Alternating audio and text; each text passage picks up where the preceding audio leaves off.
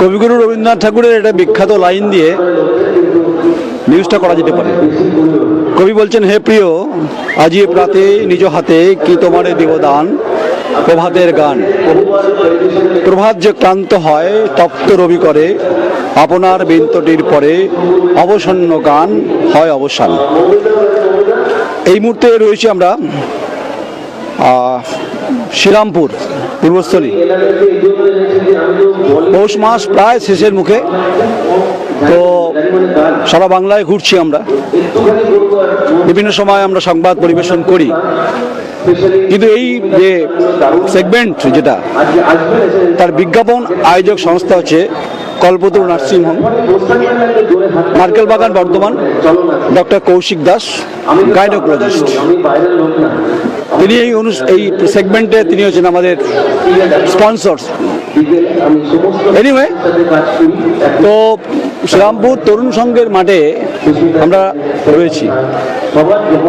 পৌষের রোদ আমার শরীরে যেমন পড়ছে, তেমনি বহু মানুষ এখানে যারা আছেন তাদের শরীরকেও স্পর্শ করছে। তাই কবিগুরুর লাইন দিয়েই শুরু করেছিলাম। খুব স্বাভাবিকভাবে সারা বাংলায় বিভিন্ন সময় বিভিন্ন জায়গায় ঘোরার অভিজ্ঞতা আমাদের আছে। বিভিন্ন জায়গায় আমরা যখন সংবাদ পরিবেশন করি, সাংবাদিকতার তাগিদে সেখানে বিভিন্ন কথা আমরা বলি। কিন্তু আজকের এই দিবস বা এই দিনটি উৎসবের মেজাজে রয়েছেন পূর্বস্থলীর মানুষ।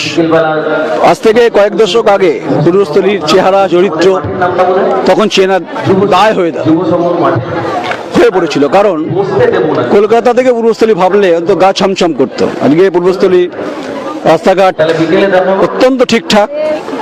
একদিকে কলকাতা যাওয়ার রাস্তা, একদিকে নবদ্বীপ আছে, একদিকে কাটোয়া আছে, একটা তীর্থক্ষেত্র। উল্টো দিকে নবদ্বীপ ধাম। মহাপ্রভু শ্রী চৈতন্যের প্রভাব এই অঞ্চলেও রয়েছে। একদিকে কবিগুরুর কবিতা দিয়ে যখন বলছি, পাশাপাশি চৈতন্য প্রভাবিত এলাকা পূর্বস্থলী, এবং যেহেতু গৌরাঙ্গ সেতু সামনে রয়েছে এবং ভাগীরথী বয়ে গেছে, তার স্পর্শতা এখানকার মানুষকে অবশ্যই অনুভূতি এনে দেয়। বিভিন্ন শিল্পীরা এসছেন মঞ্চে, অনুষ্ঠান তারা নাচ করছেন, গান করছেন, আর গোটা গ্রাম, গোটা কার্যত এই রতনপুর, এই শ্রীরামপুরের তারা এসে একত্রিত হয়েছেন। কদিন আগে আমরা সন্দেশখালী ছিলাম, সরবেরিয়া ছিলাম। আজকে সরবেরিয়ার সেই মুডে আমি নেই অন্তত, কারণ আজকে একটু উদ্ভাসিত সম্ভাবনার বেশ কিছু কথা আমরা বলি। কারণ এই অঞ্চলের মেলা মানে হচ্ছে একটা উৎসব, গোটা গ্রামকে একত্রিত করে, উদ্ভাসিত করে। এবং এখান থেকে সম্ভাবনার কথা কেন বললাম, বহু শিল্পী, বহু ছোট ছোট শিল্পী যারা বুনিয়াদি স্তরে তারা তৈরি হতে সমৃদ্ধ হয় এরকম মেলা থেকে। তো এখানকার যিনি প্রতিষ্ঠাতা, যিনি মেন কারিগর, রাজ্যের প্রাণী সম্পদ বিকাশ দপ্তরের মন্ত্রী স্বপন দেবনাথ। কদিন আগে তিনি খালবিল উৎসব করেছেন, এটা বাংলার মানুষ জানেন। অর্থাৎ ছোট ছোট মাছ, চারা, চুনো, পুঁটি, যেগুলো একসময় মানুষ খেত না, কিন্তু হেভি প্রোটিন, যেটা স্বপন দেবনাথ প্রাণী সম্পদ বিকাশ দপ্তর মন্ত্রী বুঝিয়েছেন মুখ্যমন্ত্রী মমতা বন্দ্যোপাধ্যায়কে। তারপরে আস্তে আস্তে আস্তে আস্তে আস্তে আস্তে বেলা যত বেড়েছে, খালবিল উৎসবের মাধুর্য সারা বাংলা জুড়ে বিস্তৃত হয়েছে। তাই তিনি একদিকে দামোদরপুর সমাজ কল্যাণ অনাথ আশ্রমে থাকেন সারাক্ষণ ছেলে মেয়েদের নিয়ে, এবং এখানকার অগণিত বিভিন্ন মানুষের সঙ্গে তার সম্পর্ক সুমধুর। কারণ অনেকে বলেন যে তিনি মাটির মানুষ, মাটির সঙ্গে সম্পর্ক রাখেন। ঠিক কথা বলেছেন। স্বপনদা নিজে খুব ভালো যাত্রা করতে পারেন, স্বপনদা খুব নাট্যপ্রেমী, স্বপনদা গান গাইতে পারেন না, কিন্তু স্বপনদা এই লোক সংস্কৃতির যে ধারক এবং বাহক, এবং এই শিল্পের সঙ্গে যারা যুক্ত এবং যে সমস্ত কলা কুশলীরা, তাদেরকে জীবনদানের ক্ষেত্রে তার একটা গুরুত্বপূর্ণ ভূমিকা রয়েছে। নিজে যেহেতু যাত্রা উৎসবের সঙ্গে এবং অভিনয়টা করেন, বহু বছর ধরে তার রাজনীতির যে বিচরণ ক্ষেত্র, আগে তিনি নাদনগড় বিধানসভা থেকে দাঁড়াতেন, তখন পূর্বস্থলী উত্তর দক্ষিণ তখন হয়নি। অর্থাৎ এখন তিনি রাজ্যের মন্ত্রী, তৃণমূল জমানার তিনি গুরুত্বপূর্ণ। এই মুহূর্তে মমতা বন্দ্যোপাধ্যায় অত্যন্ত কাছের এবং খুব প্রিয় পাত্র স্বপন দেবনাথ। আমার সহকর্মী দেখাচ্ছে এখানে কৃষি বিভাগ রয়েছে এখানে, কারণ কৃষি হচ্ছে খুব গুরুত্বপূর্ণ। এই কারণেই আমাদের জীবনকে বাঁচিয়ে রাখার ক্ষেত্রে কৃষি থেকে উৎপাদিত ফসল যা আমাদের জীবনের বেঁচে থাকার ক্ষেত্রে রসদ যোগায়। আবার উল্টো দিকে রয়েছে যে কৃষি তথ্য উপদেষ্টা কেন্দ্র, বারবার কৃষি এগ্রিকালচারটা খুব ইম্পর্টেন্ট হয়ে যাচ্ছে। ভাগীরথীর পারে পাট চাষ খুব গুরুত্বপূর্ণ, তেমনি এখানে ধানটাও খুব ভালো হয়। এবং আর স্বপন দেবনাথ মন্ত্রী, তিনি তো বিভিন্ন মানুষের সঙ্গে থাকেন, কারো বার্ধক্য ভাতা, কারো প্রবলেম, কারো বিধবা ভাতা, কোনো স্কলারশিপ হোক, কোনো ছেলে মেয়ে বিয়ে হচ্ছে না সেখানে আছেন, গরিব মানুষের সঙ্গে রয়েছেন। হয়তো যারা দর্শক তারা শুনছেন, তারা ভাববেন হঠাৎ করে সরবেরিয়ার পরে আমরা বোধহয় স্বপন দেবনাথ মন্ত্রীর হয়ে বোধহয় বেশি ওকালতি করছি। একদম ভুল ভাবনা। আমরা যেখানে সমাদৃত মানুষের মিলন ক্ষেত্র হয় এবং যিনি উদ্যোক্তা হন তার কথা আমরা বারবার বলি। তাই আমরা সবসময় নেগেটিভ এই ধারণা না নেওয়াই ভালো। অনেকে এসেছিলেন এখানে, সভাধিপতিকে দেখছিলাম, তিনি চলে গেলেন, শ্যামাপ্রসন্ন লোহার, এবং সহকারী সভাধিপতি গার্গী নাহা, তাকে দেখছিলাম, তিনিও চলে গেলেন, এসেছিলেন। এখানে বিডিএ চেয়ারম্যান কাকলিতা গুপ্তা, তিনি ছিলেন, তিনি নিজেও ভালো গায়িকা। এই সবাই এসে দেখে যাচ্ছেন কেন? কারণ স্বপন দেবনাথ বর্ষিয়ান পলিটিক্যাল টিচার, আর যারা এসেছিলেন তারা সব তার বাধ্য ছাত্র রাজনৈতিকভাবে। তাই রাজনীতির আঙিনায় আজকে নিজেদেরকে না মেলে ধরে আমরা বলি যে আওয়াজ আসছে, খুব স্বাভাবিক, মেলায় আওয়াজ আসবেই। এখানে নানান ধরনের বেতের কাজ, বিভিন্ন ধরনের ছোটো ছোটো শিল্প, কুটির শিল্প, আমি আসবো সহকর্মীকে দেখাতে বলবো যে শিল্পগুলোর উপরে কিন্তু অনেকের জীবন ধারণের উপর নির্ভরশীল। এই যে মেলাটা চলছে, কেউ ধরুন কামরাঙা বিক্রি করছেন, কেউ ধরুন উলের জিনিস বিক্রি করছেন, হ্যাঁ, কেউ বাদাম বিক্রি করছেন, কেউ কারুজ্য শিল্প বা হাতে বানানো শিল্প তারা তৈরি করছেন এবং তারা এখান থেকে রোজগার করবেন।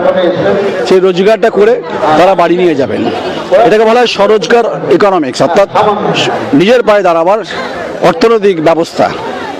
এই ছোট ছোট পুতুল, এগুলো মানুষ কিনতে আসবেন, উৎসাহ যারা জনতা আছেন। এখানে চটের ব্যাগ, পাটের ব্যাগ, তারা প্রত্যেকেই এখানে এসছেন কিছু ব্যবসা হবে বলে। ব্যবসাটা যেমন হবে তার সঙ্গে এখানে ঘোরাঘুরির একটা ব্যবস্থাও রয়েছে। একদিকে গান চলছে, আমরা আসামের বিহুর গান শুনছিলাম, আর ঘুরতে ঘুরতে বেতের পাপোশ দেখছি, হাতা খুন্তি, যা জীবনের প্রতিদিন যা লাগে সেগুলো আমরা দেখছি। আবার উল্টো দিকে যদি তাকাই তাহলে দেখবো আমরা বেতের চেয়ার এবং হচ্ছে ছোটো ছোটো মূর্তি, বিভিন্ন মায়েদের এবং মেয়েদের সাজসজ্জার যে বিষয় সেগুলো আমরা দেখছি। খুব স্বাভাবিক নয় কি, যেগুলো দেখলে আমাদের জীবনবোধকে উদ্ভাসিত করে। এই যে দেখুন, এইটা হচ্ছে কাঠের, এটা ফুলদানি বলা হয় এটাকে। আমরা শৈশবে দেখেছি, এখনো বর্তমান জায়গা দাঁড়িয়ে আছে। এটা হচ্ছে ঝুড়ি। মায়েরা সবসময় সবজি রাখেন, যতই আধুনিক সভ্যতা হোক না কেন এই ঝুড়ির কিন্তু কদর রয়েছে। আমরা ওদিকে যাব, আমরা এদিকটা যাওয়ার চেষ্টা করছি একবার, কারণ আমরা মনে করি বাংলার সংস্কৃতি, লোকসংস্কৃতি খুব গুরুত্বপূর্ণ। এইসব ছোটো ছোটো মূর্তি, যে মূর্তিগুলো সবাই কেনেন, সবাই নিয়ে যান। আমি আমার সহকর্মীকে পাশে কাউন্টার যেতে বলবো। এই যে এটা হচ্ছে নারীদের সজ্জা, অর্থাৎ মহিলা, বাচ্চা, মায়েদেরকে সুন্দর থেকে সুন্দরতর করার জন্য এইসব হচ্ছে বিভিন্ন মালা, বিভিন্ন ধরনের ইনস্ট্রুমেন্ট তারা ব্যবহার করেন। এই রমণী সুন্দর লাগে কখন? রমণীকে সুন্দর লাগে তার সাজসজ্জা, পোশাক আশাক, তাতে তত ভালো লাগে। তো আমরা দেখছি যে বিভিন্ন শাড়ি দেখছি, আর কাস্টমার রয়েছেন এখানে কাকলিতা গুপ্তা, বিডিএ চেয়ারম্যান, আর গার্গী না হচ্ছে সহকারী সভাধিপতি, তারাও কাস্টমার এখানে। দেখুন, আমরা যত ঘুরছি তত বেশি এই জিনিসটা হচ্ছে মালসা। দেখুন, আমি এটা সহকারী দেখাতে বললো, জানি না, আমি একবার ধরছি এরকম মালসা। আমরা এটা মঞ্জুসা তৈরি, রাজ্য সরকারের এরকম মালসাকেও দেখেছেন? তাহলে একটা শিল্পী তার শিল্পের নৈপুণ্যতা অবশ্যই ফুটিয়ে তোলেন, তার হাতের মাধুর্য হোক, হাতের কৌশলী হোক। ফলে সরকারের যেমন এখানে বিভিন্ন স্টল আছে, তেমনি সরকারের সঙ্গে যুক্ত যে সমস্ত মানুষজন আছে যারা বিভিন্নভাবে, এই যে এখানে দেখছি নেম প্লেট লেখা আছে সুইট হোম, এটা আপনি লাগাতে পারেন। এবার আসুন জয় শ্রীরাম, এটাও আপনি বাড়িতে লাগাতে পারেন। হ্যাঁ, তাহলে এরা খুব ক্ষুদ্র, কিন্তু এরা তুচ্ছ নয়। এখান থেকেই অর্থনৈতিক বুনিয়াদী স্তরের যে মূল যে বিষয়, সেগুলো খুব গুরুত্বপূর্ণ। স্বাভাবিকভাবে আমরা বারবার করে বলার চেষ্টা করি যে পশ্চিমবঙ্গের যে অর্থনীতি, একটা অর্থনীতি হচ্ছে যে শহর কেন্দ্রিক, একটা অর্থনীতি যে গ্রাম কেন্দ্রিক। গ্রামের অর্থনীতির নির্ভরতার বিষয়বস্তু হচ্ছে যে এই সমস্ত ছোট ছোট কুটির শিল্পগুলো। স্বাভাবিকভাবে যখন এগুলো কারণ অর্থনীতির ক্ষেত্রে গুরুত্বপূর্ণ হয়ে দাঁড়ায়, আসুন আমরা বারবার করে দেখার চেষ্টা করছি। এবং স্টল এই হচ্ছে আপনারা, এটা হচ্ছে আরাম চেয়ার, এখনো পাওয়া যায়, এখনো বর্তমান, এখনো জীবিত অবস্থা রয়েছে। তো এটা হচ্ছে সোফা, আপনারা তো বিভিন্ন সোফায় বসেছেন, কিন্তু এই সোফাতেও বেশ আনন্দ দেয়। সূর্যের আলো পড়ছে আমার মুখে, কিন্তু সামনে হচ্ছে রে বড় হচ্ছে রে টেবিল, যেখানে আপনি চা খেতে পারেন, বন্ধুদের সঙ্গে গল্প করতে পারেন, আড্ডা মারতে পারেন, কবিতা বলতে পারেন, আবৃত্তি করতে পারেন, নানান আলোচনায় তুফান তুলতে পারেন। তাই বেতের যে কারিগরি, এর জুড়ি মেলা ভার। তাই দোলনায় যেভাবে, এটা তো চেয়ার, তো এই চেয়ার আমরা দেখলাম। তাই যারা শিল্পী আছে তাদের প্রতি আমাদের সম্মান। এখনো এই বাংলার ঐতিহ্যের বহনকারীর ক্ষেত্রে তাদের ভূমিকা খুব গুরুত্বপূর্ণ। আমরা শৈশবে এটা দেখেছি, এই শৈশবের সেই স্মৃতি ওটা আমাদেরকে উজ্জীবিত করছে। এটাকে বলা হয় ক্রোকোডাইল, তাই তো? যখন আমরা ছোট ছিলাম, আমরা তখন এই ক্রোকোডাইল কিনতাম। যুগ পরিবর্তন হয়েছে, অর্থনৈতিক ব্যবস্থা পরিবর্তন হয়েছে, ইকোনমিক ব্যবস্থা আরও উন্নততর হয়েছে, মডার্ন সায়েন্স হয়েছে, ইকোনমির পরিভাষা পাল্টে গেছে। কিন্তু এই ছোট ছোট বুনিয়াদী স্তরে যে মৌলিক যে উপাদানগুলো, যেগুলোর সঙ্গে অর্থনীতি জড়িয়ে রয়েছে, তাই মেলায় বহু মানুষের ভিড়ের মধ্যে অনেকে আসেন, অনেক পুরনো বন্ধু বান্ধব দেখা হয়, তারা আড্ডা মারেন, বাদাম বিক্রি করছেন। এখান থেকে যা রোজগার হবে তার জীবন, তার পরিবারের ক্ষেত্রে খুব সহায়তা অবশ্য আর্থিকভাবে হবে। তাই পৌষের রোদ আমার পিঠে পড়লেও আমাদেরকে মুগ্ধ করছে, কারণে আমরা রতনপুরের শ্রীরামপুর অর্থাৎ পূর্বস্থলীতে যে মেলাটা দেখতে আসিনি, আমরা পরখ করতে এসেছি। আমরা এর স্বাদ, গন্ধ, বর্ণ অনুভব করতে এসেছি। কেন করতে এসেছি জানেন তো? আমাদের প্রত্যেকের জীবনে কখনো কখনো মেন্টাল রিল্যাক্সেশন খুব জরুরি। মানসিক স্ট্রেসটা এত বেশি আমাদেরকে সবসময় ডিস্টার্ব করে, তাই এই ধরনের মেলায় আমাদেরকে সজীব এবং সজীবতা রূপদান করে। ফলে যেটা বলছিলাম, যে কবিগুরুর যে কথাটা যেটা বলছিলাম, হে প্রিয় আজিয়ে প্রাতে নিজ হাতে কি তোমারে দেব দান, প্রভাতের গান, প্রভাত যে ক্লান্ত হয় তপ্ত রবি করে, আপনার বিন্তটির পরে অবসন্ন গান হয় অবসান। কবিগুরুর লেখা। আবার বলি, হে প্রিয় আজিয়ে প্রাতে নিজ হাতে কি তোমারে দিব দান, প্রভাতের গান, প্রভাত যে ক্লান্ত হয় তপ্ত রবি করে, আপনার বিন্তটির পরে অবসন্ন গান হয় অবসান।